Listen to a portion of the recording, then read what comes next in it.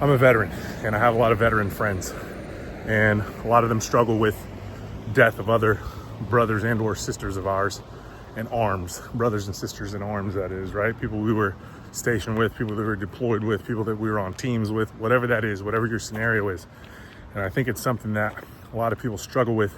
I don't want to say unnecessarily, because I'm not trying to diminish the feelings here, but I think what happens is anytime we do something that is difficult, or we risk our lives or whatever, if you've ever been on any sort of sports team, you know that shared suffering, or if you've been in the military, you understand this, that shared suffering, those shared life and death scenarios create bonds.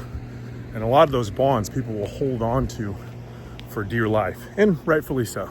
You create really good relationships, and a lot of these relationships can be lasting. The problem is we don't have the tools to deal with them afterwards.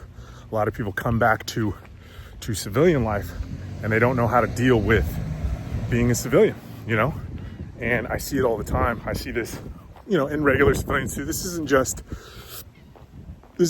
for my military people. This is for regular civilians too. I know a lot of people struggle with death in their own lives, and it's just not a tool that we're used to having to cope with things, right? Like, think about it. If you're listening to this and you're, over the age of 30, right? You've probably dealt with some death. But think about the first time that a family member died, whether it's a mom, dad, brother, sister, aunt, uncle, whatever, right? The closer it is to you, if it was a grandma or grandpa, right? It may have been devastating, but it wouldn't be as devastating as, someone who has a brother or a sister that's a year or two on either side of them, or mom or dad, something like that, right? Those things can make huge impacts, particularly on a child, but definitely on any of us.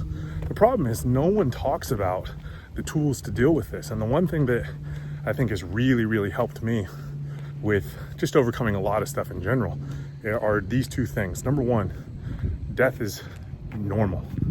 Death is going to happen. Is it untimely sometimes? Absolutely, it's untimely.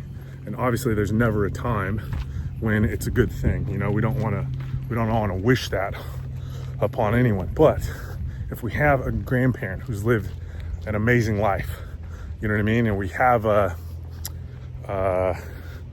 dad, a brother, a sister, an uncle, whatever, who's into, let's say, motorsports, and they died doing the thing that they absolutely love. Now I'm not saying that's good or right or whatever, right? But that may have been the way that person wanted to go out. I know a lot of my military friends have shared similar sentiments, talking about, if they're going to go out, they want to go out and battle. And like I said, I don't know that I necessarily agree with that mindset, but it's not for me to agree with or disagree with. That's an individual thing, and I think if that gives that person some peace, who are we to say that that's wrong? And so what I'm here to say is that, number one, death is normal and natural. Number two, your life will always go on. And I think that's the one place where a lot of people get hung up or stuck on, if you will, is the fact that, like, how am I going to get over this? You get these overwhelming feelings, right? Let me back up. You get these whelming feelings. I think overwhelm is a topic, or a term rather, that is misused and overused. We are not overwhelmed. We are just whelmed. Overwhelmed means you're dead. But we are just whelmed. And if you're just whelmed, you have the ability to deal with it. And I think if we start to gather these tools, and you and I can create these tools for ourselves, it's understanding that people are going to die. Every single person including yourself, is not going to make it out of this shit alive. So number one, remember that. Where are you going, camera? Come back. Come back, camera. Come back. So I'm trying to figure this thing out. There we go. Nobody's going to make it out of this shit alive. That's number one. And number two, everybody you know is going to pass away eventually. I'm not saying that you don't have to have feelings surrounding it. I'm not saying that you can't be in grief. But what I am saying is that if you start to accrue tools to deal with these things mentally, emotionally, that these things shouldn't take over your life. They shouldn't detract from the happiness of your life personally and those around you. Because I see that happen a lot, particularly with my military folks. They allow these spaces, you know, their head to get in these spaces. My sister and I call this, my chosen sister, Sarah, love you. My sister and I call this the mental bad neighborhood. And so if you ever find yourself in the mental bad neighborhood, you want to get the fuck out of there as quick as possible. I don't know where you're from, but in certain areas where I'm from, you're not trying to be in that neighborhood longer than you need to be. So same thing in your mind, right? You don't want to be there longer than you need to be. So if you find yourself in this mental bad neighborhood, what you want to do is cultivate these tools to get yourself out of this mental bad neighborhood. And death is one of these things that I see impact people really negatively for extended periods of time. You know, it's normal. I'm not advocating this, but psilocybin mushrooms definitely helped open my eyes to a lot of this when I got out of the military and gave me a different perspective on a lot of things. Now, mind you, if it's not within your moral scope, or if it is within your moral scope, you know, maybe it's something to look into, or maybe you have some personal experience with that, share it with me in the comments. I'd love to hear about it. But those are some things that really, really helped me. I used to do ecstatic dance, which is a form of meditation, and it helped. And a lot of this stuff sounds woo-woo. It may be really new to you, but if those things, you know, aren't your thing, Google something called breathwork. There's a guy that has a ton of videos on here.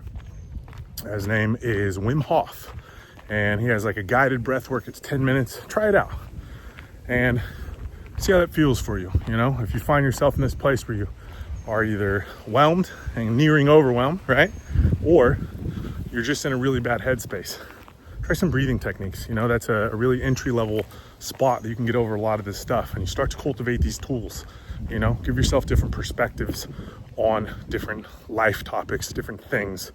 And what happens is you start to put these tools in your toolbox of life. And before you know it, these start to add up. And you start to become what I like to call unfuckwithable. And that point, when you get to that point, is very freeing. You know, I had a tough conversation with a friend of mine this morning, just over a circumstance. But like men, we're able to have this conversation, no problem, because I have tools emotionally to deal with things. He has tools emotionally to deal with things. So we were able to have this conversation like two adults, very calmly, and move past that thing. And not everybody has those sorts of tools to move themselves forward. And so if you can start cultivating these types of tools in your life, if it's around death, if it's around loss, if it's around tragedy, you put those in your toolbox for life, you pull them out when you need them, you'll have them on tap, and you'll be unfuckwithable. Love y'all.